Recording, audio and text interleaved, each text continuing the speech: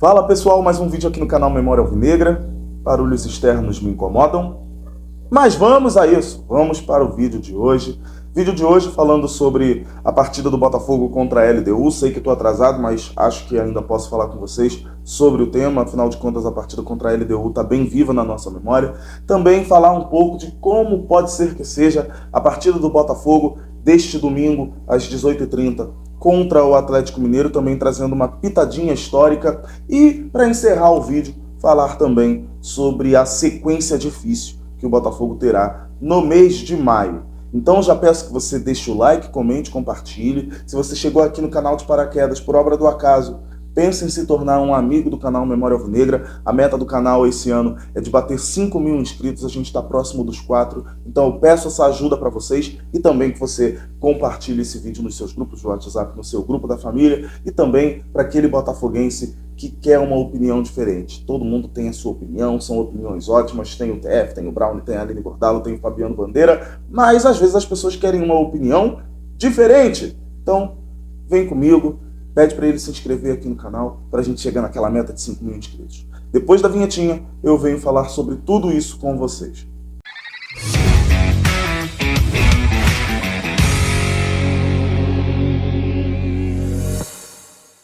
Vamos lá, gente, vamos começar falando sobre a partida contra a LDU. Nessa partida, na última quinta-feira, ficou claro que o Botafogo não teve o seu melhor desempenho depois do fim do campeonato estadual. Não vamos colocar aqui nesse balaio o campeonato estadual, a Taça Rio que o Botafogo disputou, era outra situação. Na situação atual, no bom momento que vivemos, o Botafogo fez a sua pior apresentação e também esbarramos em jogadores importantes que não estiveram no seu melhor dia. Casos do Eduardo, por exemplo. O Eduardo, que além de ter claramente faltado perna, também não estava inspirado. Mas a grande perda do Botafogo naquela partida foi a lesão do Danilo Barbosa, um jogador que a gente já sabia que quando ganhasse não ia mais perder, porque é um grande jogador, tem sido importante no esquema do técnico Luiz Castro, mas acabou nessa maratona de jogos, acabou se estourando, por assim dizer. A gente sabe que o departamento fisiológico de todos os clubes, inclusive do Botafogo, trabalham com o limite de cada atleta e talvez ali sabiam que o limite do Danilo Barbosa já estava meio que comprometido e ele acabou tendo uma lesão muscular que pode tirá-lo do campo por até um mês. E até um mês isso significa partida pra caramba. Mas já já a gente vai falar sobre o mês de maio e por que tá me doendo tanto a perda do Danilo Barbosa por lesão. Tomara que não seja nada grave, tomara que ele fique fora apenas 2 semanas. Se ficar fora 2 semanas, tá tranquilo. Agora, se forem 4 semanas, gente, é um mês. E aí é complicado. Além disso, a gente ainda teve um Tiquinho Soares totalmente sobrecarregado, 2 pontas que vinham fazendo boas participações, mas vamos falar a verdade aqui. Na partida contra a LDU, foram 2 pontas inúteis, estou falando do Luiz Henrique e do Gustavo Sauer, o qual, quem viu a minha participação no pós-jogo do canal do TF, sabem que eu falei que para eles faltou coragem, apesar de não estarem no melhor momento, um procurando o gol e o outro procurando uma atuação mais, como eu posso dizer, mais regular. Eu acho que faltou coragem. Luiz Henrique, por mais que ele não esteja marcando gols e tenha aquela coisa de não, eu tenho que passar para o companheiro porque o companheiro vai fazer. Eu não estou fazendo, mas o companheiro vai fazer. Eu acho que faltou essa coragem ao Luiz Henrique de, no momento certo, pensar assim, tô de frente pro gol, vou chutar. Ele teve várias oportunidades, eu lembro aqui de pelo menos 2 oportunidades, mas foram várias, eu lembro aqui de pelo menos 2 oportunidades claras que o Luiz Henrique teve de fazer o gol, de finalizar, e ele não finalizou. Isso denota falta de coragem, não é só falta de confiança, é falta de coragem, tá? E o Gustavo Sauer era a mesma coisa, ele estava sem coragem na hora do 1 contra 1, e isso estava me incomodando muito. Ele tem um 1 contra 1 bem interessante. Ele corta para o lado e chuta. Isso é ótimo. Se vocês forem buscar no passado, já que aqui é um conteúdo histórico, se vocês forem puxar lá no passado, pesquisem um jogador do Corinthians, se não me engano ele era zagueiro, Pesquisem um jogador do Corinthians nos anos 90, Célio Silva. Aqui no YouTube deve ter algum lance do Célio Silva pelo Corinthians. Ele não era um exímio cobrador de faltas, mas ele adorava cobrar falta de longa distância porque ele tinha um verdadeiro petardo, uma verdadeira bomba na perna, se não me engano, direita. Agora me fugiu, acho que é na perna direita. Mas, enfim, pesquisem Célio Silva. Célio Silva era um jogador que não era um grande zagueiro, não era um grande cobrador de faltas, mas ele tinha uma coisa interessante: confiança. Certa vez, ele foi cobrar uma falta quase do meio de campo, e ele foi com aquela volúpia para chutar a bola, uma pancada. Ele simplesmente conseguiu jogar a bola para a lateral.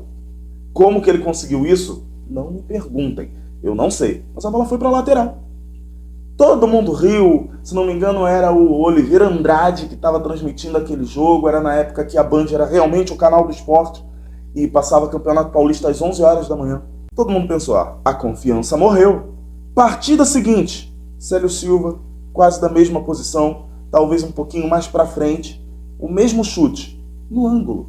Isso é questão de confiança. O jogador que de repente finalizou e a bola foi parar num lugar completamente esdrúxulo, ele teve confiança na partida seguinte para definir a jogada. É isso que eu espero do Luiz Henrique, é isso que eu espero do Gustavo Sauer. Não tô bem tecnicamente. Dane-se, seja ousado. Você só vai estar bem tecnicamente se você ousar, porque você ousando vai ter a oportunidade de acertar. Você não vai ter a oportunidade de acertar se toda a bola que você receber, você tiver que tocar para o Tiquinho ou tocar para trás. Várias vezes o Gustavo Sauer ou o Luiz Henrique tocaram para o Tiquinho e o Tiquinho estava encaixotado. Isso prejudica o time. Isso prejudica o Tiquinho. Por isso que eu disse que ele estava sobrecarregado. Tão sobrecarregado que com os pontas inúteis, em muitos momentos, a gente teve que contar com a grande partida do Di Plácido, que não é o plano A do ataque do Botafogo. O plano A do Botafogo é trabalhar com o Eduardo, é trabalhar com os pontas, não trabalhar com o Marçal na esquerda, talvez, mas não é trabalhar com o Di Plácido na direita. E o Botafogo teve que fazer isso, tá? Então, o Botafogo acabou sendo punido. Não conseguiu fazer uma boa partida e acabou empatando com a equipe da LDU. Resultado preocupante porque a gente tem uma sequência difícil, essa sequência também tem a LDU, né? Mas a gente tem uma sequência difícil, a qual a gente vai ter que ir para o Equador buscar o resultado. Então, para a gente terminar em primeiro, a gente vai ter que vencer, pelo menos por 1-0, a equipe da LDU, jogando em Quito, numa altitude que não é mórbida, mas que machuca. Então, tomara que o Botafogo faça um bom trabalho, tomara que o Botafogo possa conseguir uma vitória lá no Equador. Mas, enfim, terminando em primeiro ou segundo, é o Botafogo. Não importa o que aconteça, é o Botafogo. Chegando no mata-mata, o Botafogo tem que botar a sua estrela solitária na mesa e falar assim: somos o Botafogo, somos o grande time do Brasil. Acabou. É isso que o Botafogo tem que fazer. Falando agora sobre o Atlético Mineiro, esse vídeo vai ficar um pouquinho grande, tá, gente? Desculpa. Mas falando agora sobre o Atlético Mineiro, eu acho que o Botafogo tem plenas condições de, neste domingo, vencer a equipe mineira, vencer o Galo Mineiro. Isso porque o momento deles não é dos melhores, eles estão numa situação muito complicada na Libertadores, preocupante. Eles podem parar na Copa Sul-Americana e se o Botafogo for para a fase do play-off, o sorteio pode colocar um Botafogo e Galo no nosso caminho. Mas, tudo bem, enfim, é aquilo que eu falei anteriormente. Temos que mostrar que o Botafogo é o grande do Brasil. É isso que a gente tem que fazer.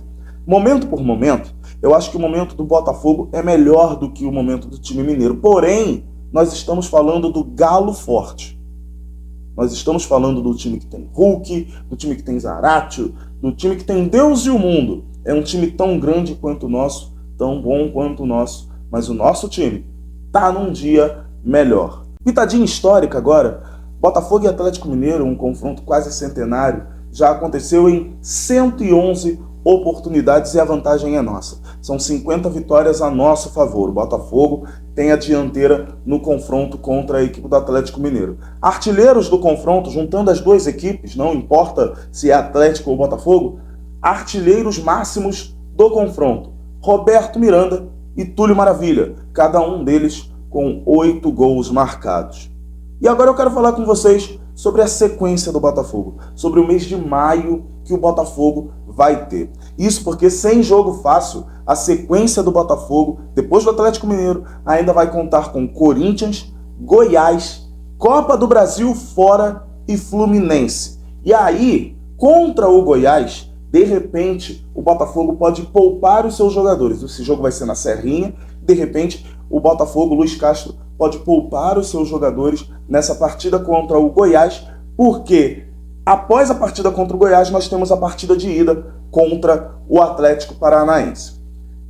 Enfim, vamos enfrentar o Atlético Paranaense na Arena da Baixada, um jogo bem complicado, mas o Botafogo tem condições de conseguir um bom resultado contra a equipe do Atlético Paranaense.